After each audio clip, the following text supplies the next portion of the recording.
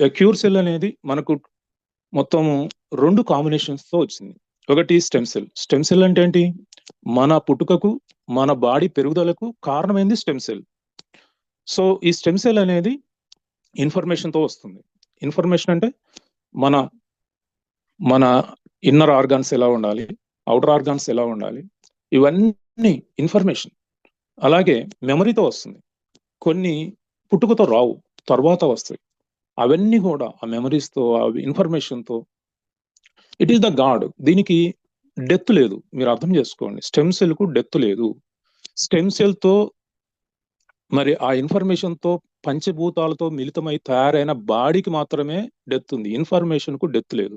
Information pass అవుతూ ఉంటుంది. అంటే నేను జీవించుండగానే నా పిల్లల ద్వారా అది వెళ్ళిపోతుంది తరాలకు, ఇతర అంటే నా తర్వాత తరాలకి వెళ్ళిపోతుంది. అలా ఆ స్టెమ్ సెల్ అంటే ఏమంటున్నాం మనం? మూలకణం. అంటే మన పుట్టుకకు, మన పెరుగుదలకు కారణమైనది. దానికి మరణం లేదు. ఆ విజ్ఞానానికి మరణం లేదు. అది ఎప్పుడు పుట్టిందో, ఎట్లా, అది ఎప్పుడు అంతమవుతుందో కూడా ఎవరికి తెలియదు. ఏ సైంటిస్ట్ కూడా దానికి ఇదిగో ఇప్పుడు పుట్టింది ఈ విజ్ఞానం అని చెప్పే సైంటిస్ట్ ఎవడు ప్రపంచంలో లేడు ఇంతవరకు, రాబోడు కూడా. కాబట్టి ఆ సైంటిస్ట్ కూడా ఆ విజ్ఞానంతో పుట్టినోడే. మనందరం దాన్ని తెలుసుకోగలుగుతామే కానీ దాన్ని ఎప్పుడు ఆది అంతం లేని ఇదనమాట. It's God. సో అలాంటి అద్భుతమైన స్టెమ్ సెల్ మన బాడీకి, అంటే ఆ ఇన్ఫర్మేషన్తో తయారైన పంచభూతాలను ఉపయోగించుకొని తయారైంది మన బాడీ. ఆ బాడీకి మరణం ఉంది, పెరుగుదల ఉంది, ఆ తర్వాత మరణిస్తుంది ఏదో ఒక రోజు. కానీ ఇన్ఫర్మేషన్కు మరణం లేదు అని మీరు అర్థం చేసుకోవాలి. దీన్నే మనం గాడ్ అంటాం. గాడ్ అంటే జనరేటర్, ఆపరేటర్ అండ్ డిస్ట్రాయర్. దీన్నే మనం పూర్వీకులు, మన ఋషులు ఏం చేశారంటే బ్రహ్మ, విష్ణు, మహేశ్వర అంటే త్రిమూర్తి రూపంగా మనకు ప్రజెంట్ చేశారనమాట. సో దాంతో పాటు మరి సినర్జెటిక్ బ్లెండ్స్. ఈ యొక్క స్టెమ్ సెల్ నుంచి తయారైందే ఇమ్యూన్ సిస్టమ్, రక్షణ వ్యవస్థ. ఇప్పుడు చూడండి, ప్రతి గుడిలో కూడా మీకు ఏ టెంపుల్కి వెళ్ళినా, విష్ణుమూర్తికి వెళ్తే మీకు హనుమంతుడు ఉంటాడు, శివాలయంకి వెళ్తే అక్కడ చండీశ్వరుడో లేకపోతే నంది ఖచ్చితంగా ఉంటుంది, లేదంటే ఇంకా రుద్రుడో భద్రుడో ఎవరో ఒకరు ఉంటారు. అమ్మవారి టెంపుల్కి వెళ్తే అక్కడ కూడా ఉంటారు అనమాట.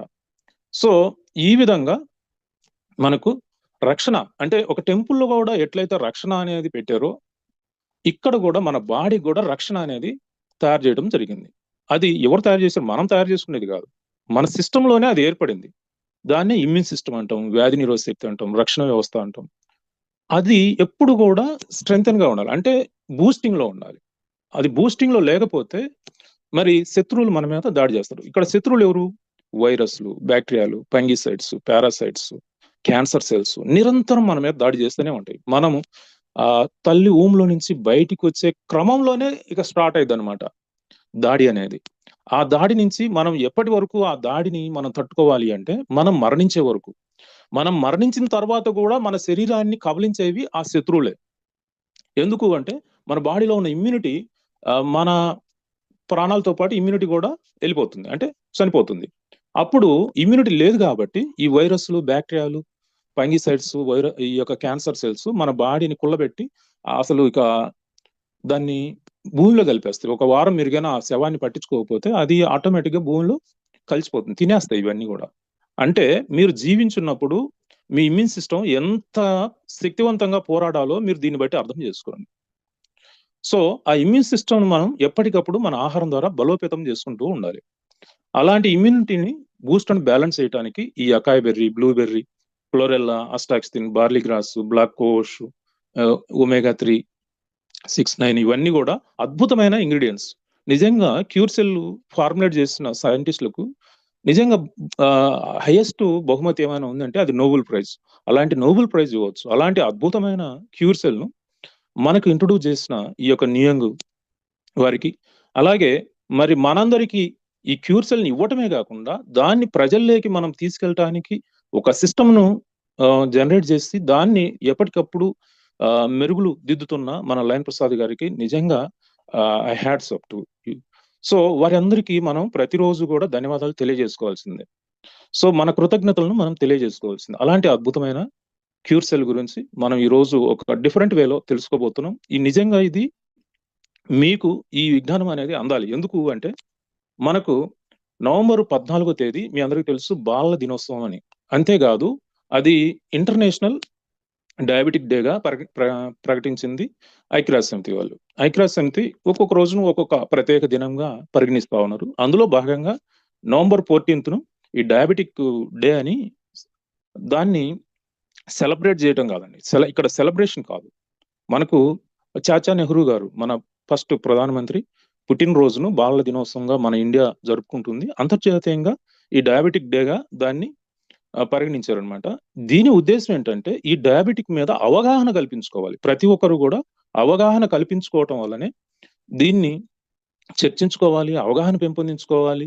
ఒక మాటలో చెప్పాలంటే ప్రతి ఒక్కరు డాక్టర్ కావాలి. డాక్టర్ అంటే ఏదో కొంతమందికే అది సొంతం కాదు. విజ్ఞానము ఎవరికి సొంతం కాదు. ప్రతి ఒక్కరు విజ్ఞానవంతులు అవుతేనే ఆరోగ్యంగా ఉంటారు. లేదంటే మనం పేషెంట్‌గా ఉంటాం. సో ఈరోజు చూడండి ఇంటింటికి ఒకరు, ఇద్దరు కాదు నలుగురు కూడా డయాబెటిక్ పేషెంట్‌లుగా మరి కొన్ని వైద్య విధానాలు పరిగణిస్తా ఉన్నాయి. వైద్య విధానాలంటే నేను ఎవరిని విమర్శించాలి, ఎవరినో టార్గెట్ చేయాలని నేను అనుకోవట్లేదు.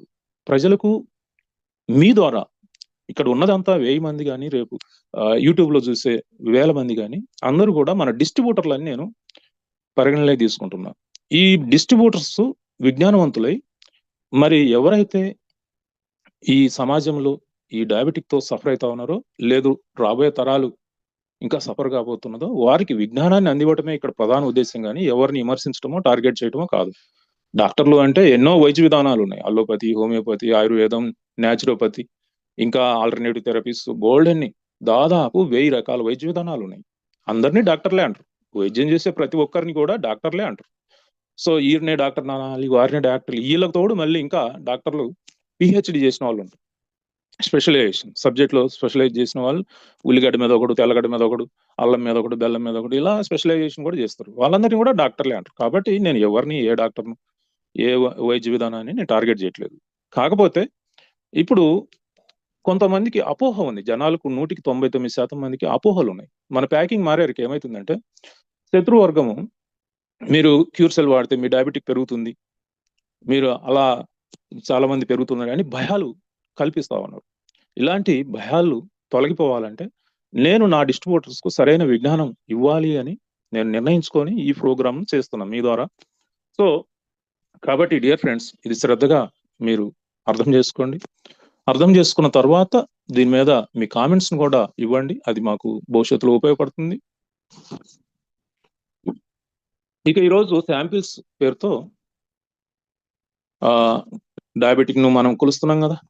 డయాబెటిక్ అన్నా గ్లూకోజ్ అంటే మీకు అర్థం కావాలి శక్తి. ఇప్పుడు మనము రకరకాల ఆహార పదార్థాలు బియ్యాన్ని, కూరగాయలు అన్నీ తెచ్చుకొని ఉడికించుకొని తినే సమయంలో దాన్ని ఏమంటాం మనం? ఏమని పిలుస్తాం? భోజనము అంటాం. అంతేనా? అంతకుముందు భోజనం అనం కదా వాటిని బియ్యం అంటాం, వీటిని కూరగాయలు అంటాం, ఇటు వంకాయలు అంటాం, ఇటు కందిపప్పు అంటాం. కానీ అవన్నీ కలిపి వంట చేసుకొని ఇక తినబోయే ముందర దాన్ని ఏమంటారు? భోజనం అంటారు. ముందు అన్నారు. అట్లాగే మనం ఎన్ని రకాల ఆహార పదార్థాలు తిన్నా అవన్నీ కూడా శక్తిగా మారాలి. ఆ శక్తిగా మారి కణాలు స్వీకరించే స్థితిలో ఉన్నప్పుడు దాన్ని గ్లూకోజ్ అంటాం. అర్థం చేసుకోండి. దాన్ని గ్లూకోజ్ అంటాం. ఆ గ్లూకోజ్ ఎంత పరిణామంలో మన బాడీలో ఉందో కొలిసే దాన్నే క్యాలరీస్ అంటారు.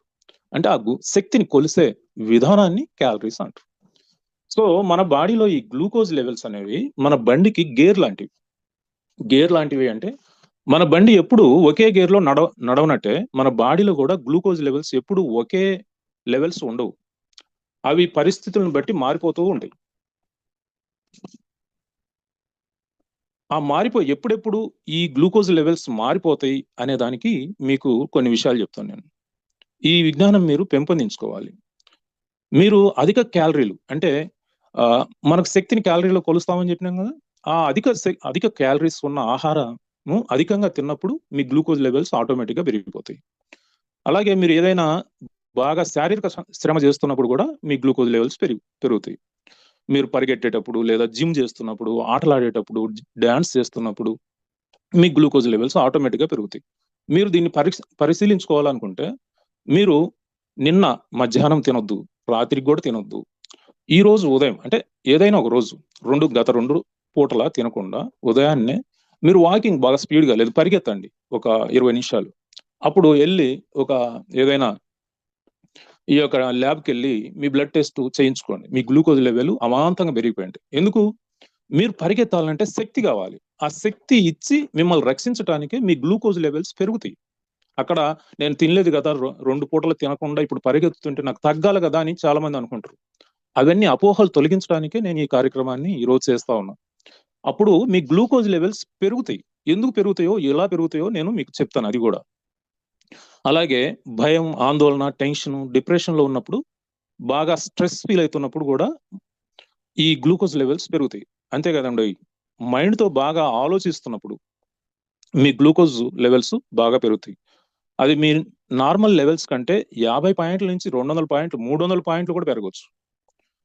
అంత మాత్రాన భయపడాల్సిన అవసరం లేదు. ఎందుకంటే మీరు సాధారణ స్థితికి వచ్చినప్పుడు, అంటే రిలాక్స్గా ఉన్నప్పుడు మళ్ళీ మీ షుగర్ లెవెల్స్ సాధారణ స్థితికి వచ్చేస్తాయి. షుగర్ లెవెల్స్ అంటే glucose levels. Sugar means glucose. మనం సాధారణ వాడుక భాషలో షుగర్ అంటాం దాన్ని. ఉదాహరణకు మీరు ఒక ఫంక్షన్కి వెళ్ళారు, మీకు ఇష్టమైనవి అన్ని తిన్నారు, అప్పుడు మీ గ్లూకోజ్ లెవెల్స్ ఆటోమేటిక్గా పెరుగుతాయి. లేదు, మీ వెంట మీరు దారిన పోతుంటే కుక్కలు వెంటబడ్డాయి, మీరు పరిగెత్తాలంటే మీకు శక్తి కావాలి, అప్పుడు మీ గ్లూకోజ్ లెవెల్స్ పెరుగుతాయి. అలాగే మీ పిల్లలకు మెడికల్ సీట్ వస్తుందని ఉదాహరణ చెప్తున్నా, ఆశగా కష్టపడి చదివినరు, దురదృష్టవశాత్తు వారికి రాలేదు. తండ్రిగా ఆ బాధ, వేదన ఉంటుంది కదా, అప్పుడు కూడా మీకు గ్లూకోజ్ లెవెల్స్ పెరుగుతాయి. అలాగే మీ బ్యాగు, సెల్ ఫోను దొంగలు దొంగిలించి పారిపోతున్నారు, వారిని పట్టుకోవడానికి మీరు కూడా పరిగెత్తుతున్నారు, అప్పుడు మీకు శక్తి కావాలి కదా, అప్పుడు కూడా మీ గ్లూకోజ్ లెవెల్స్ పెరుగుతాయి. ఇంకా మీకు బాగా ఆకలిగా ఉంది, దాదాపు ఒక పూట అంతా మీరేం తినలేదు, బాగా ఆకలిగా ఉంది, ఆహారం దొరకలేదు, అప్పుడు కూడా మీ షుగర్ లెవెల్స్ పెరుగుతాయి. ఇది ఎలా జరుగుతుంది? మీరేం తినకపోతే గ్లూకోజ్ లెవెల్స్ ఎలా పెరుగుతాయని చాలా మంది కాదండి, నాకు ఈ కార్యక్రమాన్ని నిర్వహించడానికి ఇంకొక మోటివేషన్ కూడా ఉంది. మొన్న నేను ఇదే విషయం కొంచెం టచ్ చేసి వదిలాను. అంటే మీకు ఆకలి అవుతున్నప్పుడు గ్లూకోజ్ లెవెల్స్ పెరుగుతాయి అని నవంబర్ 11వ తేదీ ప్రోగ్రామ్ గత వారంలో నేను చెప్తే, ఒక డాక్టర్ గారు వైజాగ్ నుంచి నాకు కాల్ చేశారు.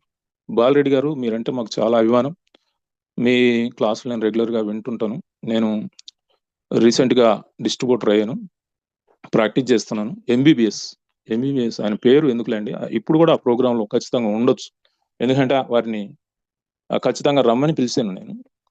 వారు ఎంబీబీఎస్ జనరల్ ఫిజిషియన్గా మరి ప్రాక్టీస్ చేస్తూ వారు అడిగిన క్వశ్చన్ నాకు ఆశ్చర్యం అనిపించింది.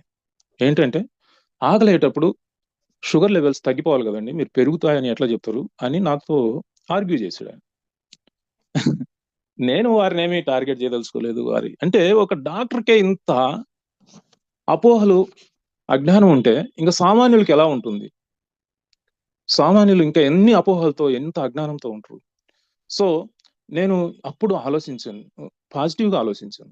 అయ్యో, సమాజం ఏంటి ఇట్లా తయారైంది, సమాజాన్ని ఉద్ధరించాల్సిన వాళ్ళు, ఎడ్యుకేట్ చేయాల్సిన వాళ్ళు, చైతన్యవంతం చేయాల్సిన వాళ్ళు ఈ విధంగా ఇన్ని అనుమానాలు, ఇంత అపోహలతో ఉన్నారే, ఏమిటి ఇది, ఎలా ముందుకెళ్తుంది ఈ సమాజం, ఈ రాబోయే తరాలకు ఎలాంటి విజ్ఞానం మనం ఇవ్వబోతున్నాం అని బాధపడి, అప్పుడు నేను అప్పటికప్పుడు మళ్ళీ మార్చుకోవడం జరిగింది. అంతకుముందు నేను ఏరే ప్రెజెంటేషన్ తయారు చేసుకున్నాను, అప్పుడు మళ్ళీ మార్చుకొని దీని మీద ఇంకా కూలంకుషంగా డీటెయిల్డ్ ఇన్ఫర్మేషన్ ఇచ్చి ముందు మన డిస్ట్రిబ్యూటర్స్ను రక్షించుకోవాలి అని నేను తలసి ఈ యొక్క ప్రోగ్రామ్ చేస్తున్నాం.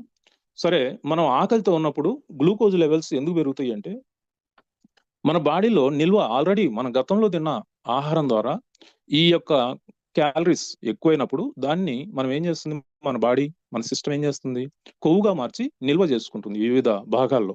అదంతా కూడా మరి మనకు అవసరమైనప్పుడు కన్వర్ట్ అయ్యి మళ్ళీ గ్లూకోజ్ లెవెల్స్గా బ్లడ్లో కలుస్తాయి. సో ఇక్కడ మన బాడీ చాలా తెలివైంది. ఇక్కడ మీరు ఏం చేస్తున్నారు, మీ మైండ్ తెలివైంది అనుకుంటున్నారు, మీ మైండ్ తెలివైంది, అందులో ఏం సందేహం లేదు. కానీ ఇక్కడ మనం బాడీ కూడా ఎంతో తెలివైంది, దానికి ఇన్ఫర్మేషన్ ఉంది, దానికి ఎంతో విజ్ఞానం ఉంది. కాబట్టే మీ ప్రమేయం లేకుండా కిడ్నీలు పనిచేస్తా ఉన్నాయి, మీ ప్రమేయం లేకుండా హార్ట్ పనిచేస్తుంది, లివర్ పనిచేస్తుంది, మీ పర్మిషన్ ఏం అవసరం లేదు వాటికి. సో అర్థం చేసుకోవాలి, మీ బాడీని మీరు అర్థం చేసుకోకపోతే ఇలాంటి ప్రాబ్లమ్స్ వస్తాయి అన్నమాట. మరి మనం ఆకలితో ఉన్నప్పుడు కూడా గ్లూకోజ్ లెవెల్స్ ఎలా పెరుగుతాయని చాలా మందికి సందేహం. మీరు ఇప్పుడు తినకపోతే ఏంటి? గతంలో తిన్నది కొలెస్ట్రాల్ రూపంలో శరీరంలో వివిధ భాగాల్లో దాచిపెట్టి ఉంచింది కదా, అదంతా ఆపత్కాలంలో లేదా ఆకలి వేసినప్పుడు లేదా సారంగా కొలెస్ట్రాల్ గ్లూకోజ్ గా కన్వర్ట్ అయ్యి రక్తంలో కలిసి మీ శరీరాన్ని రక్షిస్తుంది, మీ బ్రెయిన్. ఎందుకంటే బ్రెయిన్ ఆజ్ఞల ప్రకారమే మన శరీరం నడుస్తుంది కాబట్టి. ఇక మన బాడీలో మనం తిన్న ఆహారం ద్వారా తయారైన శక్తిలో మన బ్రెయిన్ 40-45% బ్రెయినే యూజ్ చేసుకుంటుంది. మన బాడీలో బ్రెయిన్ యొక్క శాతం ఎంత? 5%. ఆ 5% కూడా తక్కువ. 5% కంటే మన తలంతా కూడా లెక్కేసినా కూడా మన బాడీలో ఒక 4-5% కూడా ఉండదు. అలాంటి 4-5% ఉన్న బ్రెయిన్ మనం తిన్న ఆహారం నుంచి తయారైన శక్తిలో 40-45% వినియోగించుకుంటుంది. శరీరానికి కేవలం 55-60% ఉపయోగపడుతుంది. బ్రెయిన్ కి ఎందుకు అంత శక్తి కావాలి అంటే, బాడీని నడిపించేది బ్రెయినే కదా. బ్రెయిన్ నాడీ కణాలతో కనెక్ట్ అయి ఉంటుంది. ఈ నాడీ వ్యవస్థనే నరాల వ్యవస్థ అంటారు, నర్వస్ సిస్టమ్. నిరంతరం వివిధ అవయవాలకు సంకేతాలను పంపిస్తూ ఉంటుంది. అక్కడి నుండి వచ్చే సంకేతాలను విశ్లేషిస్తూ దానికి అవసరమైన యాక్షన్స్ తీసుకోవటం అనేది జరుగుతూ ఉంటుంది. ఇదంతా నిరంతరం జరుగుతుంది. మన బాడీ నడిపించేది నర్వస్ సిస్టమ్. వైద్య విధానాల్లో ఎక్కువ వైద్య విధానాలు నర్వస్ సిస్టమ్ బేస్ చేసుకొని వైద్యం చేస్తాయి. కానీ అల్లోపతి వైద్య విధానంలో బ్లడ్ వెజల్స్ ను బేస్ చేసుకొని వైద్యం చేస్తారు. అందుకే అది ఏది సత్ఫలితాలు ఉండవు అనమాట. మీరు ప్రతి దానికి ట్రీట్మెంట్ చేస్తా ఉంటారు, కానీ ఏ వ్యాధికి కూడా అక్కడ క్యూర్ అనేది లేదు. It's a trial and error system. So ఉన్న విషయం అది. సో ఇలాంటి సందర్భంలో మీ బ్లడ్ శాంపిల్స్ తీసుకొని చెక్ చేసినప్పుడు మీ గ్లూకోజ్ లెవెల్స్ అధికంగా ఉంటాయి. అంత మాత్రాన మీరు డయాబెటిక్ పేషెంట్ కాదు. తినకముందు ఇంత ఉండాలి, తిన్న తర్వాత ఇంత ఉండాలి, ఇలాంటి లెక్కలన్నీ కొన్ని సందర్భాల్లో నిజాలు కావాయి. అవన్నీ వ్యాపారం కొరకు బాగా ఉపయోగపడతాయి. మనతో ప్రజలతో వ్యాపారం చేస్తున్నారు, మానవాల యొక్క ప్రాణాలతో వ్యాపారం చేస్తున్నారు. ఇలాంటి ఇంకా దురదృష్టం ఏంటంటే, డయాబెటిక్ మానిటర్ డివైజ్లు అని వచ్చినాయి. ఈ డయాబెటిక్ మానిటర్ డివైజ్లు మీ శరీరానికి అమర్చి నిమిషానికి గ్లూకోజ్ లెవెల్స్ ని చెక్ చేస్తూ, ఇది తింటే షుగర్ పెరుగుతుంది, అది తింటే షుగర్ పెరుగుతుంది, ఇలా భయపెట్టి మానవ ప్రాణాలతో వ్యాపారం చేస్తా ఉన్నారు. నరరూప రాక్షసులు ఇలాంటి డివైజ్లన్నీ తయారు చేసేవాళ్ళు. మీరు కొండ ఎక్కుతున్నారు, కొండ ఎక్కుతుంటే మీకు శక్తి కావాలనా వద్దా? ఆ శక్తి ఎక్కడి నుంచి వస్తుంది? మీరు తిన్న ఆహారం సరిపోలేదు, ఆల్రెడీ నిల్వ ఉన్న కొవ్వు, మన బాడీలో కొవ్వు నిల్వ ఉంది కదా, అది మళ్ళీ గ్లూకోజ్ గా మారి రక్తంలో కలిస్తేనే కదా మీరు శక్తివంతంగా ఉండగలుగుతారు. అంటే మీరు అంటే కొండ అంటే ఉదాహరణ చెప్తున్నా. మీరు పని చేసేటప్పుడు ఎక్కువ శక్తి అవసరం. అదంతా మరి ఆ శక్తి ఎక్కడి నుంచి వస్తుంది? ఆ టైంలో మీ గ్లూకోజ్ లెవెల్ చెక్ చేసి, అప్పుడు ఈ డివైస్ మీరు కానీ అమర్చుకున్నారనుకోండి, సపోజ్ కొండ ఎక్కేటప్పుడు, లేకపోతే డ్రైవింగ్ చేసేటప్పుడు, లేకపోతే ఇంకేదో పని చేసేటప్పుడు, అప్పుడు ఏమవుతుంది? మీ గ్లూకోజ్ లెవెల్ అధికంగా చూపిస్తాయి. అంటే మీరు ఏం ఫీల్ అవుతున్నారు? నేను ఇప్పుడు తిన్న ఆహారం మంచిది కాదేమో, అందుకని దాన్ని మానేయాలి. అదే కదా వాడు చెప్పేది. వీళ్ళందరూ నరరూప రాక్షసులు. ఒకప్పుడు రాక్షసులు ప్రత్యేకంగా ఉండేవాళ్ళు, ఇప్పుడు మానవుల రూపంలో ఉన్నారనమాట. ఇలాంటి పిచ్చి డివైజ్లు ఇలాంటివన్నీ వాడి మీ ప్రాణాల మీదకి తెచ్చుకోబాకండి.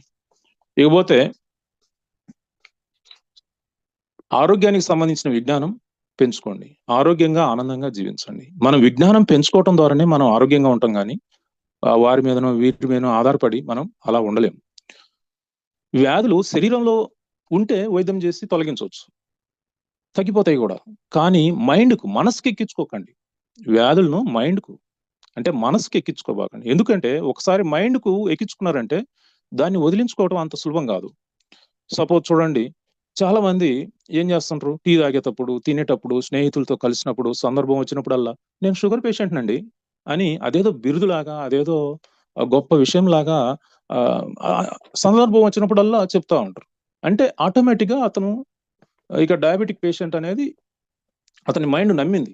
ఇంకా ఎన్ని చేసినా అతనికి డయాబెటిక్ తగ్గదు. చూడండి, మనకు లక్కీ సత్తయ్య, ఆయన లక్కీ సత్తయ్య అని వాళ్ళ అమ్మ నాన్న పేరు పెట్టలేదు, ఆయన తగిలించుకున్నాడు లక్కీ అని. అంటే ఏంటి? ఆయన ఆ పేరుతో పిలిచినప్పుడల్లా నేను లక్కీ అని ఆయన బ్రెయిన్ నమ్ముతుంది అనమాట. అందుకని కొంతమంది చూడండి, తింగర్ బ్యాచ్ ఒకటి ఉంటది, మనీ మార్నింగ్ అని ఏదో రకరకాలుగా పిలుస్తూ ఉంటారు. నేను ఈ తిక్కల బ్యాచ్ రోజు 10 మంది చేస్తూ ఉంటారు. సో ఇదంతా ఏంటంటే మైండ్ను కోతి లాంటిది కాబట్టి దాన్ని నమ్మించడానికి ఇలాంటి తిక్కల పనులన్నీ చేస్తూ ఉంటారు అనమాట. సరే, ఇప్పుడు మనకు ఇలాంటి మీరు షుగర్ పేషెంట్ అనేది మర్చిపోండి. మీ షుగర్ లెవెల్స్ ఎప్పుడు కూడా ఒకే కన్సిస్టెంట్ గా ఉంటే అది మనం చనిపోవటానికి కారణం అవుతుంది. మీ షుగర్ లెవెల్స్ అవసరాన్ని బట్టి పెరుగుతూ తగ్గుతూ ఉండాలి. మీ బండి ఎప్పుడైనా ఒకే గేర్ లో పోగలుగుతుందా?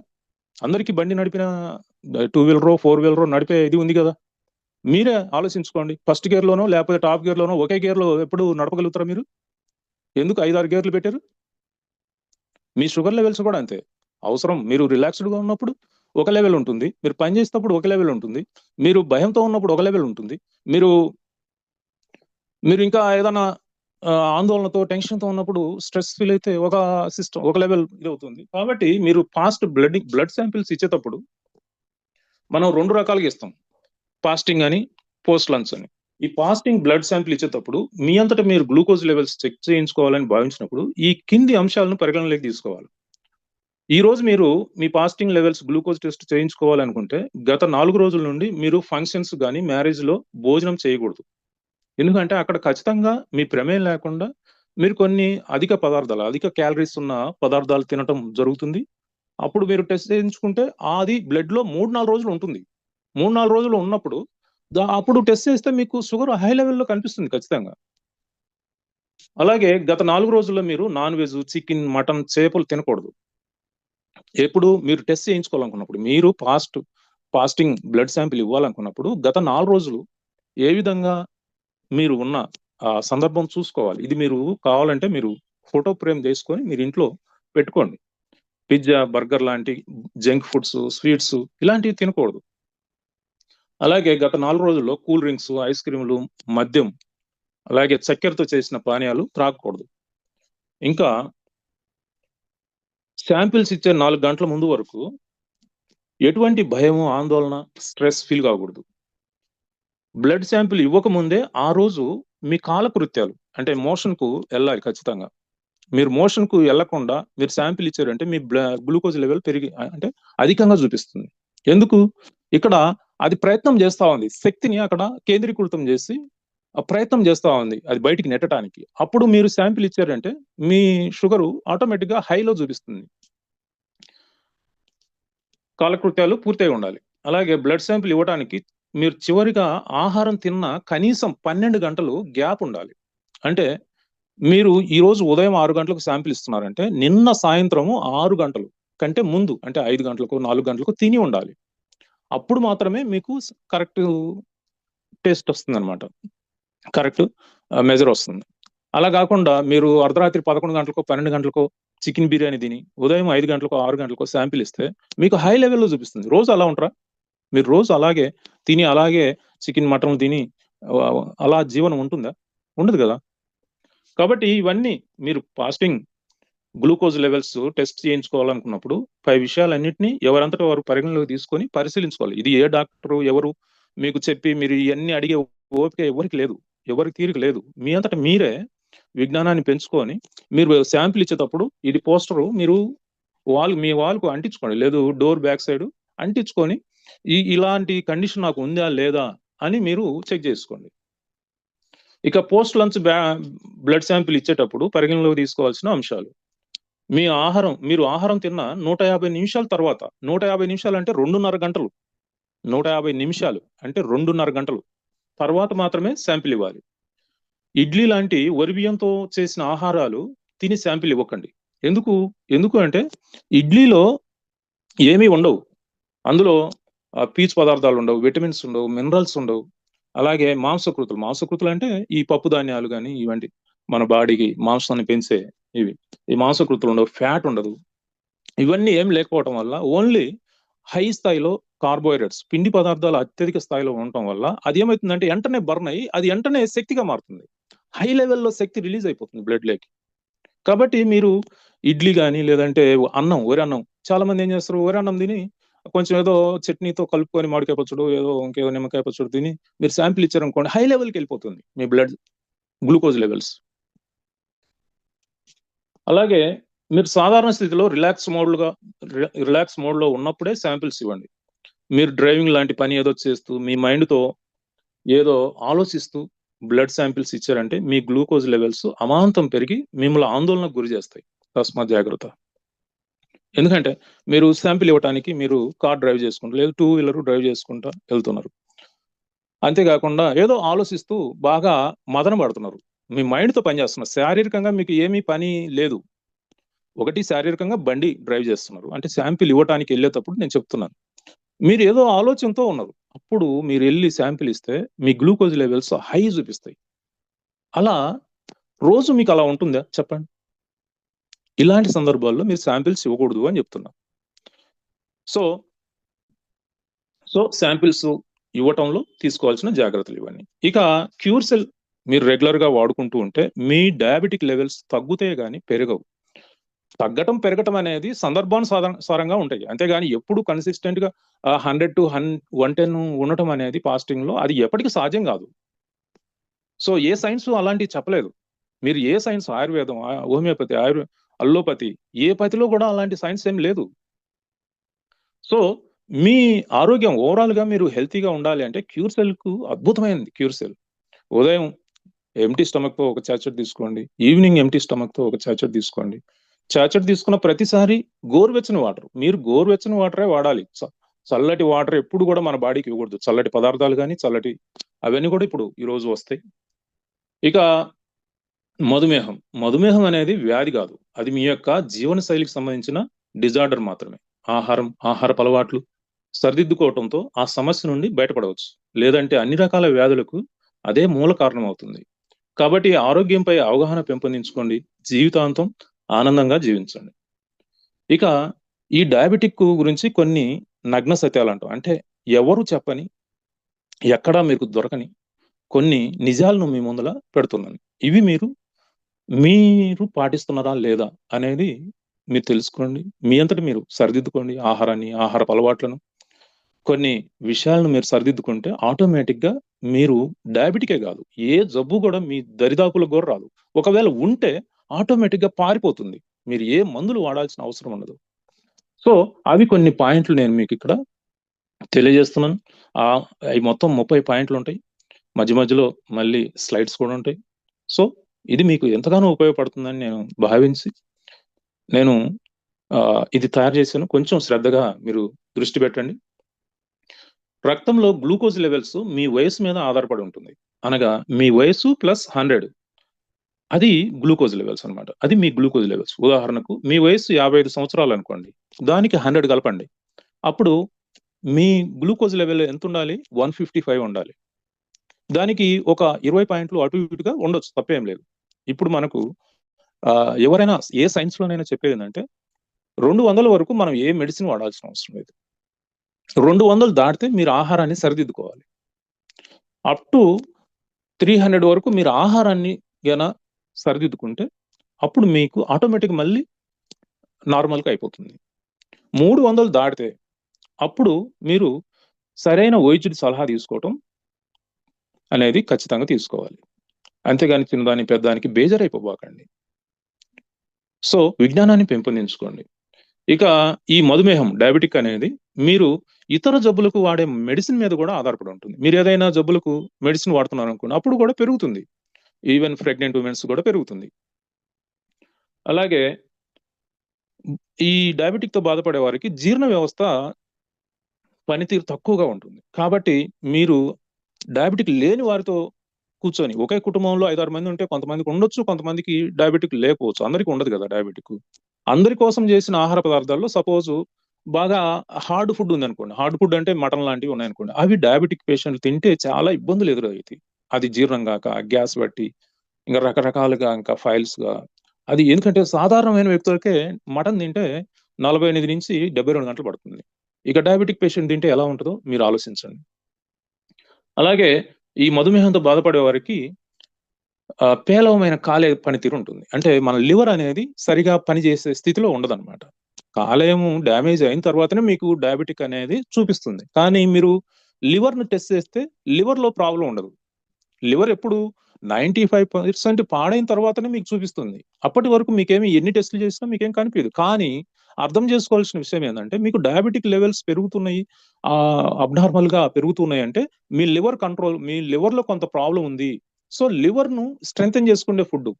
లివర్‌ను స్ట్రెంథెన్ చేసే ఫుడ్డు ఒకటే ఉంది. ఈ భూమి మీద. అదేంటంటే ఫాస్టింగ్. అంటే మన పూర్వీకులు చెప్తారు కదా, లంకనం పరమౌషధం అని. లంకనం అంటే ఆహారము మినిమైజ్ చేసుకోవటం, తేలిగ్గా జీర్ణమయ్యే ఆహారం తీసుకోవటం. అప్పుడు లివర్ ఫంక్షన్ లేకొస్తుంది. ఒక 5 రోజులు, 6 రోజులు, వారం రోజుల పాటు మీరు గన అంటే చాలా తొందరగా జీర్ణమయ్యే, తేలిగ్గా జీర్ణమయ్యే ఆహారము, మంచి ఆహారము, ఆల్కలైన్ ఫుడ్ తీసుకున్నారంటే లివర్ ఫంక్షన్ లేకొస్తుంది. లివర్ ఫంక్షన్ లేకొస్తే డయాబెటిక్ ఆటోమేటిక్గా దూరం అయిపోతుంది. అంటే అబ్నార్మల్ స్టేజ్ నుంచి నార్మల్ పొజిషన్కి వస్తుంది అనమాట. అలాగే మధుమేహంతో బాధపడే వారికి రోగనిరోధక శక్తి తక్కువగా ఉంటుంది. రోగనిరోధక శక్తి తక్కువగా ఉంటే ఏమవుతుంది? గాయాలు, ఇన్ఫెక్షన్లు, ఇంకా కిడ్నీ ప్రాబ్లం, అలాగే కంటి ప్రాబ్లమ్స్, అలాగే నర్వస్ సిస్టమ్ ప్రాబ్లమ్స్, ఇవన్నీ వస్తాయి. దీంతో పాటు గ్యాంగ్రీన్ అంటే ఈ కాళ్ళకు, ఏళ్లకు గాయాలు అవటం, ఇలాంటివన్నీ వచ్చి మనకు డాక్టర్లు రిమూవ్ చేస్తూ ఉంటారు. సో రిమూవ్ చేయటం, ఇది గ్యాంగ్రీన్ అనేది, ఇవన్నీ చాలా మందికి చూస్తూ ఉంటారు మీరు. అంటే రోగనిరోధక శక్తి తగ్గిపోయింది. అక్కడ మీరు అర్థం చేసుకోవాల్సింది, రోగనిరోధక శక్తి తగ్గింది అక్కడ. కాబట్టి మీరు రోగనిరోధక శక్తిని పెంపొందించుకునే ఆహారాలు, మన క్యూర్సెల్ రోగనిరోధక శక్తిని పెంపొందిస్తుంది కదా. అలాగే నర్వస్ సిస్టమ్, ఈ మధుమేహంతో బాధపడే వారికి నర్వస్ సిస్టమ్ బ్లాక్ అవుతుంది, ఎనర్జీ ఫ్లో కూడా కరెక్ట్ గా ఉండదు. ఇలాంటి మగవారిలో లైంగిక సామర్థ్యం తగ్గుతుంది, ఆడవారిలో టెస్టోస్టెరాన్ లెవెల్స్ పెరుగుతాయి. కాబట్టి ఎప్పుడు కూడా ఇలాంటి డయాబెటిక్ తో బాధపడే వాళ్ళు ఆల్కలైన్ మనకు ఫుడ్, ఆహారం అనేది 2 రకాలుగా ఉంటుంది, acidic food, alkaline food. Acidic food అంటే ఈ వరి బియ్యము, లేదంటే నాన్ వెజ్, లేదంటే ఇవన్నీ ఎసిడిక్ ఫుడ్ అనమాట.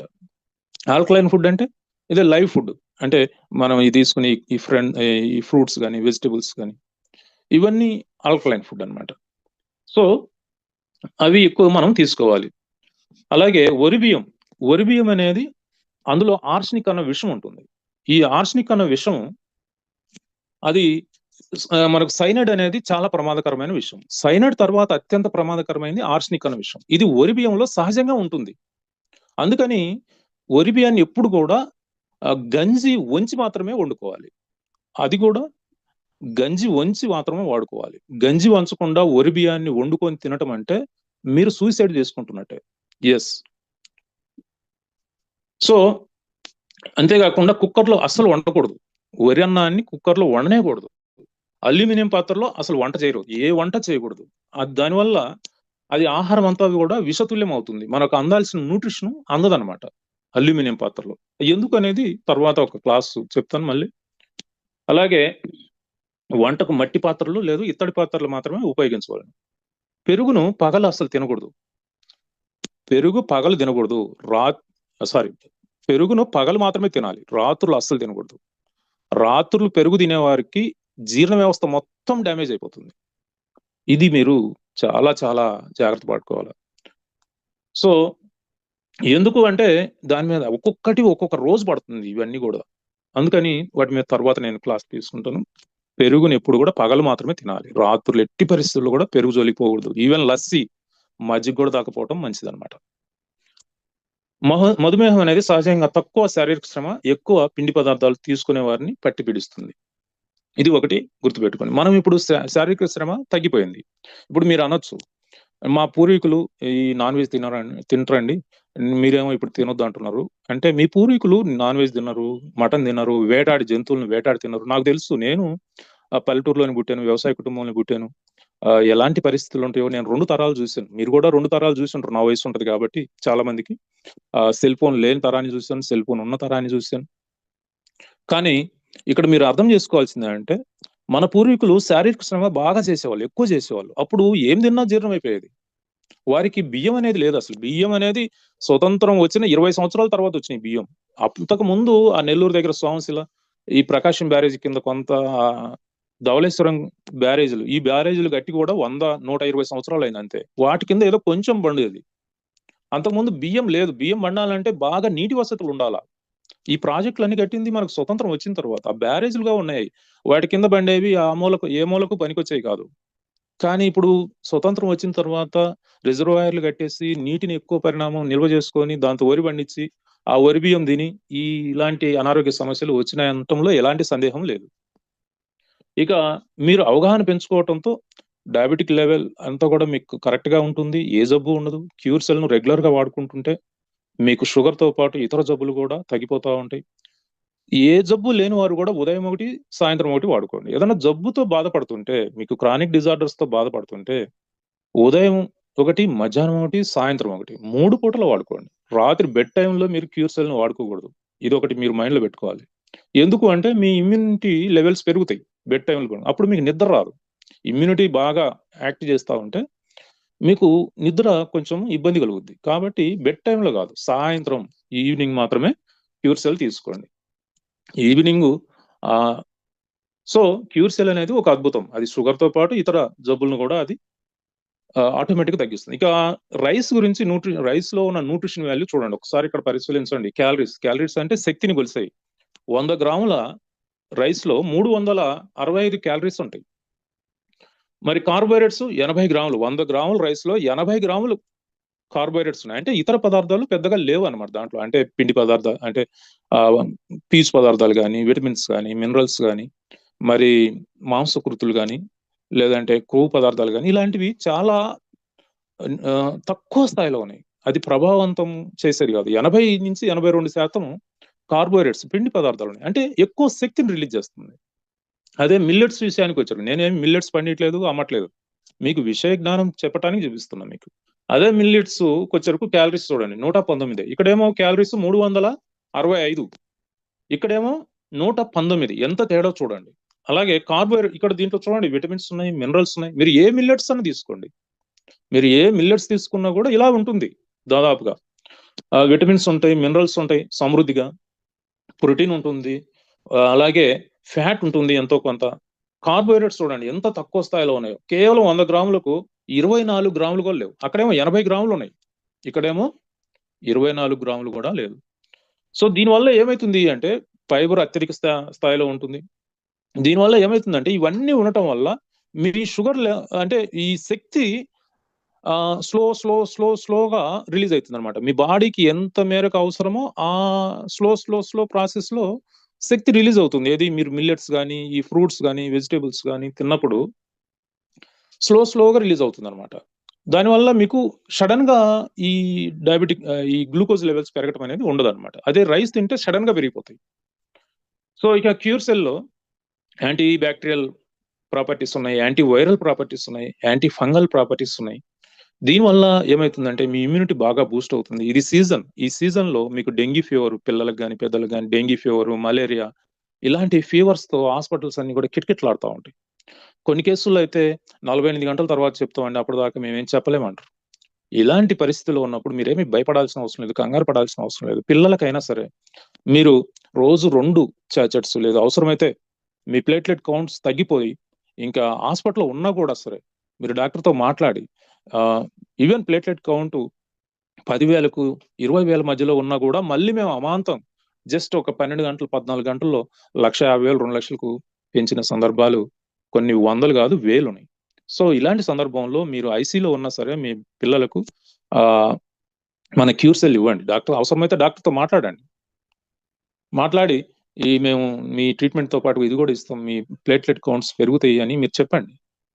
ఖచ్చితంగా ఉదయం ఒక చాచెటు, మధ్యాహ్నం ఒకటి, సాయంత్రం ఒకటి. మీరు అవసరమైతే నాలుక కింద పోసుకోలేని పరిస్థితిలో ఉంటే మీరిచ్చే ఫీడింగ్ ద్వారా అంటే ఏదైనా డ్రింక్స్ ఇస్తుంటారు కదా! ఈ పపాయ జ్యూస్ గాని, లేదంటే మూసంబి జ్యూస్ గాని, లేదంటే ఏదైనా జ్యూసులతో పాటు కలిపి ఇవ్వండి. ఏం తప్పులేదు. అత్యవసర పరిస్థితుల్లో అలా కూడా వాడుకోవచ్చు మనం. సో అది మలేరియా, డెంగ్యూ ఏ ఫీవర్ అయినా సరే మీరు ఏ వయస్సు ఉన్న పిల్లలకైనా ఇవ్వచ్చు తప్పులేదు. అలాంటి పరిస్థితుల్లో రక్షించాలక్కడ. ప్రాణాలుంటాయి గదా! తర్వాత కదా మనం ఏదైనా సరే. కాబట్టి భయపడొద్దు ఎవరు గూడా. క్యూర్ సెల్ అనేది అద్భుతమైనది. ఎలాంటి ప్రాణాపాయ స్థితిలో నుంచైనా అది కాపాడగలుగుతుంది. అట్లాగని నేను వైద్యులు, డాక్టర్ల కాడికి పోవద్దంటం లేదు. మీరు ట్రీట్మెంట్ తీసుకుంటూ వారు చేతులెత్తేసినప్పుడో, లేకపోతే వాళ్ళు హోప్‌లెస్ అని చెప్తున్నప్పుడో, లేదంటే వాళ్ళు ఆహ్, హ్యాండ్స్ అప్ జేసినప్పుడు మీరు ఇలాంటివి తీసుకోవాలి. అంతేగాని వాళ్ళని పక్కకు పెట్టి వాళ్ళ దగ్గరికెళ్ళకుండా ఓన్లీ ఇది జేయటమని కాదు. సో, మీరు మీ ప్రయత్నాలు మీరు చేస్తూ ఇది అడిషనల్‌గా తీసుకోండి. అప్పుడు మీకు ప్రాబ్లమ్ ఉండదు. ఇక వండిన ఆహారం తినే ముందు సహజ ఆహారమైన పండ్లు, కూరగాయలు తినండి. దీనివల్ల మీ జీర్ణ వ్యవస్థకు అవసరమైన ఎంజైమ్స్, విటమిన్స్, మినరల్స్, పీచు పదార్థాలు మరియు ఆల్కలైన్ వాటర్. వాటర్ అంటే మనకు ఈ ఫ్రూట్స్, వెజిటబుల్స్‌లో సహజంగా 80-90% వాటర్ ఉంటుంది. అది ఆల్కలైన్ వాటర్ అది. మీరు కీర తిన్నారనుకోండి, అందులో 90% వాటరే ఉండేది, అది ఆల్కలైన్. అది మీ బాడీకి ఎంతో అవసరం, వాటర్ అందుతుంది. శరీరానికి సమతుల్య ఆహారం లభిస్తుంది, అది ఆరోగ్యానికి మరియు హార్మోన్స్ తయారు కావడానికి కూడా తోడ్పడుతుంది. వండిన ఆహారంలో ఒకవేళ మీరు వండిన ఆహారం అలవాటైంది, ఖచ్చితంగా తినాలి ఒక పూట అయినా అనుకున్నప్పుడు, దాంట్లో పిండి పదార్థాలు తక్కువగా ఉన్న ఆహారము, అలాగే కొవ్వు పదార్థాలు కొంత సరిపడినన్ని, అలాగే మాంసకృతులు ఎక్కువగా ఉండేదాన్ని మీరు తీసుకోవాలి. అయితే ఈ మధ్య కొంతమంది కొవ్వు పదార్థాలు ఎక్కువగా ఉండే ఆహారం, పిండి పదార్థాలను పూర్తిగా తగ్గించేసి మరి కొవ్వు పదార్థాలు, మాంసకృతులు అధికంగా ఉన్న 2 ఆహారాలను ఇచ్చే డైట్లు కూడా కొంతమంది సమాజంలో చెప్తా ఉన్నారు. ఇప్పుడు మీకు ఒక విషయం చెప్తున్నాను, ఏది మంచిది కాదు. దీనికి ఒక ఎగ్జాంపుల్ చెప్తే మీకు బాగా అర్థమవుతుంది. మనకు నీరు లేకపోతే మనం చనిపోతాం. ఈ నీరు అనేది అవసరానికి అనుగుణంగా ఉండాలి. అలాంటి నీరు ఎక్కువైనా వరదలు వస్తాయి, తక్కువైతే కరువు వస్తుంది. సమతుల్యంగా ఉండాలి ఏదైనా. అలాగే సాయంత్రం ఈ రాత్రి భోజనం పూర్తిగా మానుకోండి. మీ శరీరానికి అది విషతుల్యంగా మారుతుంది. 80% వ్యాధులకు మూల కారణం రాత్రి 7 గంటల తర్వాత తినే భోజనమే. అలాగే సాయంత్రం పూట సహజ ఆహారమైన పండ్లు, కూరగాయలు ఎక్కువగా తీసుకోండి. తీసుకున్న తర్వాత ఒక 30 నుంచి 40 నిమిషాల పాటు నడవండి. అలా నడవకపోతే మీరు సాయంత్రం పళ్ళు అవి తీసుకోండి, నడవండి ఒక 40 నిమిషాలు. లేదంటే సెక్స్‌కు, సుఖనిద్రకు దూరం అవుతారు, మధుమేహానికి దగ్గరైతారు. ఇక రాత్రి 10 గంటల నుండి ఉదయం 5 గంటల వరకు మంచిగా నిద్రపోయండి. ఆహారం కంటే అతి ముఖ్యమైనది నిద్ర. సరైన నిద్రతోనే మీ శరీరం మరమ్మతు చేసుకుంటుంది. మీరు పడుకోవడం ఎప్పుడు కూడా ఎడమ వైపు తిరిగి మాత్రమే పడుకోవాలి. లేదు కొన్ని సందర్భాల్లో వెల్లెలకలో పడుకోవచ్చు. ఎట్టి పరిస్థితుల్లోనూ కుడి వైపుకు తిరిగి పడుకోకూడదు. ఇప్పుడు తల్లి పాలు ఇవ్వటానికి, స్తనం ఇవ్వటానికి కూడా కుడి పక్కకు తిరగొద్దు అని చెప్తున్నారు. ఇది ఎక్కడ ఉంది? మన పురాణాల్లో కూడా ఉంది. మీకు కావాలంటే నేను ఎవిడెన్స్ చూపిస్తాను. తల్లి తన స్తనం ఇవ్వటానికి కూడా కుడి పక్కకు తిరగొద్దు అంటున్నారు. ఎందుకు? అది వాళ్ళు అర్థం చేసుకుని దాని మీద నేను తర్వాత క్లాస్ చెప్తాను. మరి అట్లాంటప్పుడు మరి కుడి స్థానం ఎలా ఇవ్వాలి బిడ్డకని మీరు మళ్ళీ కొత్త అనుమానాలు తీయబాకు. కూర్చొని పెట్టుకొని ఒళ్ళో కూర్చోబెట్టుకొని ఇస్తుంది తల్లి, ఆమెకు తెలుసు అవన్నీ. సో అట్లా మీరు పడకను ఏర్పాటు చేసుకోవాలి. మీకు మీ మైండ్‌కు ఒక లక్ష్యం ఉంటుంది. అంటే నేను బాగా డబ్బు సంపాయాలి, పదవులు సంపాయాలి, లేదు నేను కారు కొనుక్కోవాలి, ఇల్లు కొనాలి. మీ శరీరానికి కూడా కొన్ని లక్ష్యాలున్నాయి. యెస్. కూడు, గూడు, గుడ్డ, అలాగే మైథునం, అలాగే సంతానం. మైథునం అంటే సెక్స్. ఇవి ఖచ్చితంగా అది కోరినప్పుడు ఇవ్వాల్సిందే, తప్పదు. సో అలా ఇవ్వకపోతే మగవాళ్ళు డిప్రెషన్‌కు, వేదనకు గురై మద్యానికి, స్మోకింగ్‌కు అలవాటైపోతారు. ఆడవాళ్ళు డిప్రెషన్‌కు, హిస్టీరియాకు లోనైతారు. హిస్టీరియా దెయ్యాలు పెట్టినాయని, భూతాలు పెట్టినాయని తిరిగే వాళ్ళు ఆ టైపే అన్నమాట. సో కొంతమంది వారికంటే బలహీనంగా ఉన్న ఇతరుల మీద క్రూరంగా ప్రవర్తిస్తా ఉంటారు. కొట్టడాలు, తిట్టడాలు ఇలాంటివి.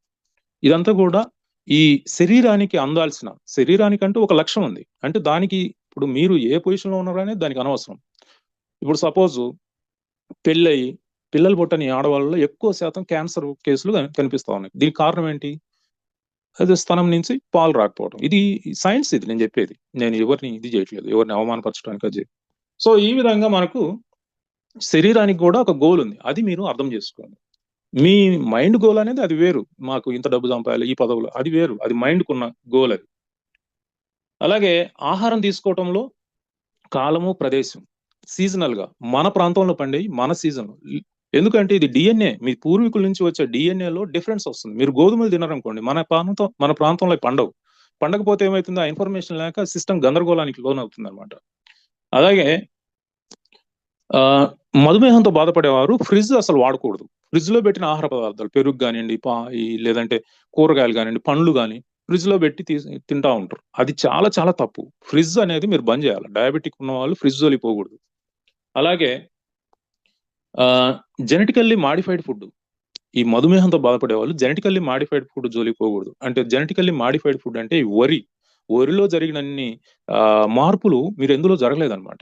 వరి బియ్యం కానియండి, లేదంటే ఉప్పు, అలాగే ఒక రకంగా చెప్పాలంటే తెల్లటి విష పదార్థాలు ఇవి. వాటికి దూరంగా ఉండాలి. అవి వరి బియ్యము, మైదా, పాలు, చక్కెర, ఉప్పు, ఈ బాయిలర్ కోళ్ల మాంసం, కోడిగుడ్లు, పెంపుడు చేపలు, ఇవన్నీ కూడా మీ హార్మోన్స్ ను అసమతుల్యం చేస్తాయి, అంటే ఇన్బ్యాలెన్స్డ్ గా వర్క్ చేసేటట్టు చేస్తాయి అనమాట. సో దానివల్ల మీకు మగవారిలో అయితే లైంగిక సామర్థ్యం తగ్గిపోతుంది, ఆడవాళ్ళు అయితే పీసీఓడి ప్రాబ్లమ్స్ వస్తాయి. పిల్లలు అంటే ఆడపిల్లలు త్వరగా మెచ్యూర్ అవుతా ఉన్నారు, మగ పిల్లల్లో మిస్సాలు గడ్డాలు రావట్లేదు, వారు కూడా ఎక్కువ శాతం ఈ యొక్క ఇంపార్టెన్స్ తో బాధపడుతున్నారు. సో ఇలాంటివన్నీ ప్రాబ్లమ్స్ ఉన్నాయన్నమాట. ఇక 70% జబ్బులకు ఈ కల్తీ నూనెలు కారణమవుతుంది. కాబట్టి కోల్డ్ ప్రెస్డ్ గానుగ నూనెలు మాత్రమే వాడుకోండి. అలాగే టీ, కాఫీలు, పాలు త్రాగొద్దు. ఎందుకు అంటే ఈ చక్కెర, పాలు మరియు కేఫిన్, టీ ఆర్ కాఫీలో ఉండేది కేఫిన్ అని ఉంటుంది. ఇవి మన శరీరాన్ని చెదలు పట్టిస్తాయి. ఇప్పుడు మీకు మీ ఇంట్లో షుగర్ డబ్బా ఉంటుంది. షుగర్ డబ్బాని జాగ్రత్తగా ఒక ప్లేస్ లో పెట్టుకుంటారు. మీరు ఏదో స్టీల్ డబ్బాలో కానీ లేదంటే ఏదో కంటైనర్ లో పెట్టుకుంటారు. మీరు అట్లా కాకుండా షుగర్ ను ఇల్లంతా చల్లారనుకోండి, ఏమైతుంది? చీమలు వస్తాయి. అట్లాగే మీరు రోజు ఈ షుగర్ కంటెంట్ ఉన్న ఈ వరి బియ్యము, ఈ యొక్క షుగరు, ఈ తీపి పదార్థాలు తీసుకుంటా ఉన్నారు అనుకోండి, అవి మన బాడీలో ఉన్న జీవకణాలకు కొంతవరకు అవసరమే, అంత కాదు, కొంతవరకు అవసరం. మిగతా ఏం చేస్తాయి? ఈ వైరస్లకు, బ్యాక్టీరియాలకు, ఫంగిసైడ్స్ కు, ఈ పారాసైట్స్ కు, క్యాన్సర్ కణాలకు అది ఆహారంగా మారుతుంది అనమాట. అప్పుడు ఏమైతుంది? జబ్బులను జబ్బుకు కారణమైన ఈ వైరస్లు, బ్యాక్టీరియాలు ఈ మనం తిన్న ఆహారంని తిని అవి బలిసి మరి మన బాడీలో ఉన్న ఇమ్యూనిటీకి కూడా కంట్రోల్ చేయలేని ఒక స్థితి వస్తుంది. అప్పుడు ఇక మనం పేషెంట్ గా మారిపోతాం. సో కాబట్టి మీ ఆహారంలో ఈ తీపి పదార్థాలు, ఈ క్యాలరీస్ ని పెంచే ఈ యొక్క జంక్ ఫుడ్స్ ఇవన్నీ కూడా తగ్గించుకోండి. ఇక మీరు ఫ్రూట్స్ తీసుకుంటే ఏ ఫ్రూట్ తీసుకున్నా 100 గ్రాముల ఫ్రూట్ లో 40-50 క్యాలరీస్ మాత్రమే ఉంటాయి. ఇక ఫ్రూట్స్ లో విటమిన్స్ ఉంటాయి, మినరల్స్ ఉంటాయి, అత్యధిక పీచు ఉంటుంది. కాబట్టి స్లో అండ్ స్టడీగా మీకు ఈ గ్లూకోజ్ లెవెల్స్ కంట్రోల్లో ఉంటాయి అన్నమాట. కాబట్టి జీవులన్నీ కూడా ఎక్కువ తీసుకునేది లైవ్ ఫుడ్, అంటే ఈ ఫ్రూట్స్, వెజిటబుల్స్, పచ్చిగడ్డి ఇలాంటివి తీసుకొని అవి డాక్టర్తో సంబంధం లేకుండా ఆరోగ్యంగా ఉంటే, మనమేమో విజ్ఞానవంతులం అనుకొని మనం సంపాదించినంత ఈ డాక్టర్లకు, హాస్పిటల్కు ఖర్చు పెట్టి దానం చేస్తున్నాం మనం. సో మీరు పెద్ద దానకరులు అనమాట. ఇక ఈ మొలకలు అనేవి మనకు దేవుడిచ్చిన వరం ఒక రకంగా చెప్పాలంటే.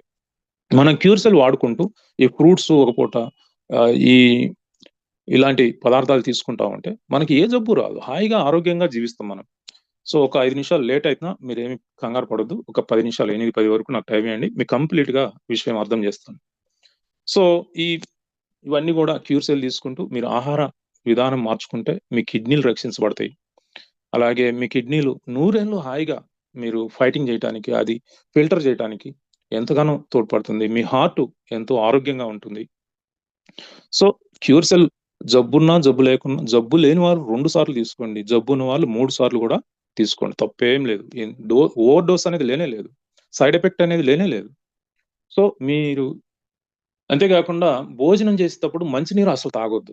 మంచినీరు తాగితే అది విషంగా మారుతుంది అనమాట.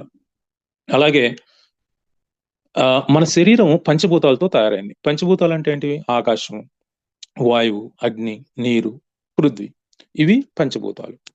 మనం తీసుకునే ఆహారం కూడా ఈ యొక్క ప్రకృతి నుంచి ఈ పంచభూతాల రూపంలోనే ఇవ్వాలన్నమాట. అంటే చూడండి, మీకు రివర్స్ లో చెప్తాను మళ్ళీ. మనం తినే అన్నం గాని, నీరు గాని, ఈ 2 ఆహారమే. ఆహారం అంటే అన్నము, భోజనము ప్లస్ నీరు 2 కలిపి ఆహారం అంటాం. ఈ ఆహారం 50% మాత్రమే ఉండాలి మీ పొట్టకు. ఒక 25% గాలికి అవకాశం ఇవ్వాలి. గాలి కూడా నిండాలన్నమాట, గాలితో ఉండాలి. అలాగే ఒక 25% ఖాళీ ఉండాలి. ఖాళీ లేకపోతే మీ ఆహారం సక్రమంగా జీర్ణం కాదనమాట. ఇది మీరు ఆహారం తినేటప్పుడు జాగ్రత్తగా అర్థం చేసుకోండి. అందుకని ఆహారాన్ని ఎప్పుడు కూడా మీరు 3 వేలతో కొంచెం కొంచెం తీసుకొని బాగా నవిలి తింటుంటే మీకు డయాబెటిక్ అనేది మీ దరిదాపులకు కూడా రాదు. ఎవరు డయాబెటిక్తో బాధపడతారంటే నవలకుండా తింటా ఉంటారు. ఈ ముద్దలు జారమింగే వాళ్ళకు డయాబెటిక్ ఎక్కువ వస్తుంది. మీరు చదువుకుంటే మీకు ఇది అంతా అర్థమవుతుంది. ఒకసారి వండిన ఆహారాన్ని మీరు 50 నిమిషాల లోపల తినేయాలి. అలా తినకపోతే అది హాని చేస్తుంది. ఆ ఆహారాన్ని ఫ్రిడ్జ్ లో పెట్టుకుని మళ్ళీ వేడి చేయటం అనేది మీరు సూసైడ్ చేసుకున్నట్టే అది. సో విరుద్ధ ఆహారాలు అంటే పుల్లటి పదార్థాలు, పాల పదార్థాలతో కలిపి తినకూడదు ఒక భోజనంలో ఒక పూట. ఉదాహరణకు మీరు గోంగూర పచ్చడి తింటున్నారు, గోంగూర పప్పు తింటున్నారు, అప్పుడు మీరు పెరుగు తినకూడదు.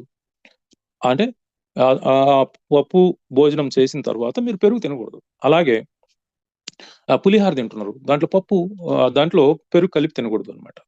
అలాగే నాన్ వెజ్ ఐటమ్స్, ఈ చికెన్, మటన్, లేదంటే ఈ ఎగ్స్, ఇవి తింటూ మీరు పెరుగు లేదు మునక్కాయలు హై ప్రోటీన్ అవి, అలాగే పుట్టగొడుగులు హై ప్రోటీన్, అవి తిని మీరు పెరుగు వెంటనే తిన్నారనుకోండి, అది చాలా ఇబ్బంది కలుగుతుంది. ఈవెన్ మినప వడలు కూడా మీకు, మినప వడలు పెరుగులో ఇస్తా ఉంటారు, అదేమంటారు దాహి వడ అని, అది చాలా ప్రమాదకరమైనది. అమ్ముకునే వాళ్ళకు ఆరోగ్యం గురించి స్పృహ ఎందుకు ఉంటుంది? వాడికి లాభం కావాలా, మీరు అడిగితే ఇస్తారు అది. సో అలాంటి పనులు మీరు చేయదు, ఇది చదువుకుంటే మీకు బాగా అర్థమవుతుంది. సో ఏది ఏమైనా మీ జీర్ణ వ్యవస్థ అనేది చాలా చాలా ఇంపార్టెంట్. క్యూర్ సెల్ రెగ్యులర్ గా తీసుకుంటా ఉంటే జీర్ణ వ్యవస్థను సరిదిద్దుతుంది, క్లిన్సింగ్ ఉంటుంది. మీ ఈ జీర్ణ వ్యవస్థ మొత్తం, మీ గట్ హెల్త్ అంతా కూడా హెల్తీగా ఉంటుంది. ఈ అల్సర్ నుంచి క్యాన్సర్ వరకు జబ్బులకు మూల కారణమే జీర్ణ వ్యవస్థ. ఈ జీర్ణ వ్యవస్థ మనకు క్లీన్ గా ఉండటానికి క్యూర్ సెల్ ఎంతగానో ఉపయోగపడుతుంది. కాబట్టి ఇక మీరు తిన్న ఆహారం గ్లూకోజ్ గా మారుతుంది, అంటే శక్తిగా మారుతుంది. ఆ శక్తిని మీరు ఎప్పటికప్పుడు కొలుసుకుంటుండాలి. మనకు ఆడవాళ్ళకైతే 1600 నుంచి 1800 రోజుకు అవసరమైన క్యాలరీస్. ఈ శక్తిని కొలిసే విధానమే క్యాలరీస్ అంటాం అన్నమాట. మగవాళ్ళకైతే 1800 నుంచి 2000 కావాలి. కానీ మీరు ఒక పూట భోజనం చేస్తే, మీరు భోజనం అంటే మీరు రైస్, పప్పు, ఒక కర్రీ, పెరుగుతో తింటే 1000 క్యాలరీస్ వస్తాయి. 1000 నుంచి 1200. బిర్యానీ తింటే 1400 వస్తాయి. ఇలా 3 పూటలు తింటే 4500 వస్తాయి. ఇంకా మధ్యలో టీలు, కాఫీలు, స్నాక్స్లు ఇవన్నీ ఉంటాయి కదా. మరి ఈ శక్తి అంతా ఎక్కడికి పోతుంది? చెప్పండి, మీరు చెప్పండి.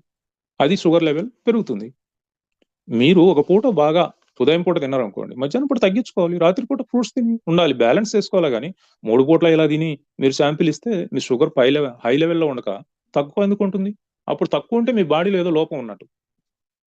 సో చల్లటి పదార్థాలు, ఐస్ క్రీమ్లు, కూల్ డ్రింక్స్, మద్యం, పొగ ఇలాంటివి తినకూడదు.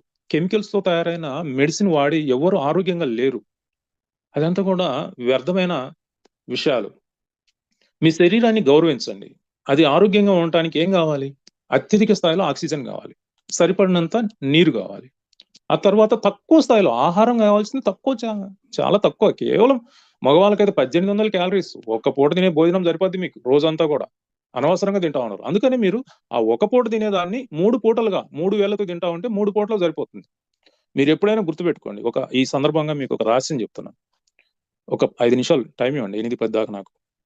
మీరు ఆహారం తినేటప్పుడు మీరు గైనా 30 నిమిషాలు దాటి మెల్లమెల్లగా తింటా ఉంటే మీ మైండ్ లో నుంచి ఇక చాలు అన్న సిగ్నల్ వస్తుంది.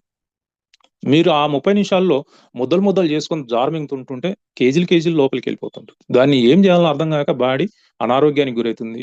దాన్ని ఈ వైరస్లు, బ్యాక్టీరియాలు, ఫంగిసైడ్స్, ఈ పారాసైట్స్ అంటే ఇవే ఉన్నాయి కదా, పాములు, ఈ పాములు తింటాయి. దానివల్ల జబ్బులు పెరుగుతాయి. సో తక్కువ ఆహారంతోనే మనం ఆరోగ్యంగా ఉండగలుగుతాం. రోగనిరోధక శక్తిని గౌరవించండి. తెల్లవారుజామున 30-40 నిమిషాలు వాకింగ్ చేయండి. సాయంత్రం 7 గంటల తర్వాత తినొద్దు. సో వారానికి ఒక రోజు ఉపవాసం ఉండండి. లంకనం పరమౌషధం మనం ఏదన్నా తేడా ఎక్కువ తక్కువ తీసుకున్నా అది సరిదిద్దుకుంటుంది. కాబట్టి మీరు ప్రతిరోజు ఉదయం ఎక్కువ తినండి, మధ్యాహ్నం అందులో సగం తినండి, రాత్రికి మధ్యాహ్నం తిన్న దాంట్లో సగం తినండి.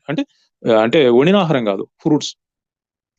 ఇక మొబైల్స్ ఎక్కువ వాడితే మీకు చాలా ప్రాబ్లమ్స్ వస్తాయి. ఎందుకు? రేడియేషన్.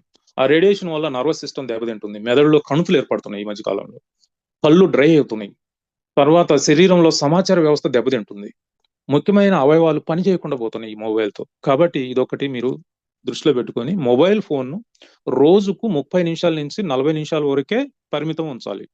మీరు మొబైల్ గంటల తరబడి రోజు 8 గంటలు 10 గంటలు చూస్తూ ఉంటే మీరు సూసైడ్ కు ప్రత్యేకంగా ఏమీ వాడాల్సిన అవసరం లేదు. ఇదే మొబైల్ సూసైడ్ గా మారుతుంది కొద్ది స్లోగా. జీవితంలో మీరు దేనికి నిరాశ నిస్పృహ చెందకండి. దీనివల్ల మీ మెదడు దెబ్బతింటుంది, తద్వారా ఇతర అవయవాలకు అవసరమే సరైన ఆజ్ఞలు ఇవ్వలేదు మైండ్. కాబట్టి రోజంతా ఆనందంగా ఉండటానికి ట్రై చేయండి. పెళ్ళైన వారు కనీసం వారానికి 3 సార్లు ఈ లైంగిక ఆ దాంపత్య జీవితంలో పాల్గొనడానికి, లైంగిక జీవితాన్ని ఆస్వాదించండి, ఆనందించండి. ఆహారం తిన్న వెంటనే శృంగారంలో పాల్గొనకూడదు. కనీసం 2 గంటలు గ్యాప్ ఉండాలి. తిన్న తర్వాత స్నానం చేయకూడదు. మీ నాలుకను నియంత్రించుకోండి. ఈ ఆహారం తినటం విషయంలో కానీ, మాట్లాడటం విషయంలో కానీ, మన నాలుకే మనకు యశస్సును తీసుకురాగలుగుతుంది. మనకు ఆరోగ్యంగా ఉండాలన్నా మన నాలుకే కారణం. మన పేరు ప్రఖ్యాతులు బాగా విస్తరించాలి, 10 మందిలో మనం మంచివారిగా ఉండాలన్నా మన నాలుకే కారణం అవుతుంది. ఏదేమైనా సంతోషంగా జీవించడానికి ప్రయత్నం చేయండి. లోక సమస్త సుఖినో భవంతు. సో ఈ డ్రై ఐస్ అయినప్పుడు మరి రోజు ఫోన్ గంటల తరబడి చూస్తా ఉంటే డ్రై ఐస్ అవుతుంది కదా. అంటే కళ్ళు వెళ్ళిపోవటం, కళ్ళ నీళ్లు కారటం, తలనొప్పులు ఇవన్నీ వస్తున్నాయంటే మీకు తెలియకునే మీ మైండ్లో గడ్డలు, కణుతులు ఏర్పడుతున్నాయి. అప్పుడు డాక్టర్లు అవి కట్ చేసి, మీ తలను కట్ చేసి ఆపరేషన్ చేసి తీయాలంటారు. తీసినంత మాత్రాన పోవు. క్యాన్సర్ కణుతులు అయితే మళ్ళీ మళ్ళీ పెరుగుతూ ఉంటాయి, పుట్ట పెరిగినట్టు. సో అంటే మన ప్రాణాలు మనమే తీసుకున్నట్టు అనమాట. మొబైల్ అయినా రోజుకు గంట కంటే ఎక్కువ చూస్తే. సో క్యూర్ సెల్ వాడుకోండి ఖచ్చితంగా. ఎందుకు అంటే కనీసం కొంత కంట్రోల్ చేస్తుంది ఇలా జరగకుండా. ఈ కంటి ప్రాబ్లమ్స్ కానీ, బ్రెయిన్ కానీ ఇవన్నీ ఆరోగ్యంగా ఉండటానికి క్యూర్ సెల్ ఎంతగానో ఉపయోగపడుతుంది. సో మాకు ఏ జబ్బు లేదు అని ఇప్పుడు మీకేమి తెలియట్లేదు. జబ్బులు వచ్చిన తర్వాత మీకేం చెప్పి రావు. ఆ జబ్బు ఏర్పడుతుందంటే దానికి నేపథ్యం 10-12 సంవత్సరాల క్రితమే ఫౌండేషన్ పడి ఉంటుంది. ఇక మోకాళ్ళ నొప్పులైనా, ఏ నొప్పులైనా సరే మీరు క్యూర్ సెల్ వాడుకోండి.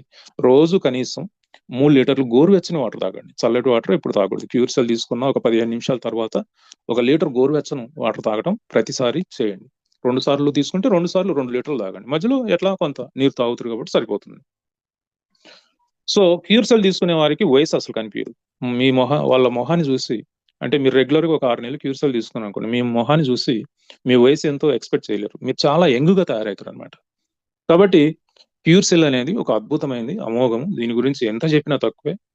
సో మనకు మెంటల్ హెల్త్ గురించి కానీ, ఫిజికల్ హెల్త్ గురించి కానీ ఒకే ఒక సొల్యూషన్, అది క్యూర్ సెల్. క్యూర్ సెల్ ఎవరైతే తీసుకుంటా ఉంటారో, పిల్లలు 11 సంవత్సరాల నుంచి పిల్లలు తీసుకుంటే ఈ ఎగ్జామ్స్ లో మంచి మార్కులతో రాణిస్తారు. పెద్దలు తీసుకుంటే ఎప్పటికీ ఆరోగ్యంగా ఉంటారు. So anyhow, thank you.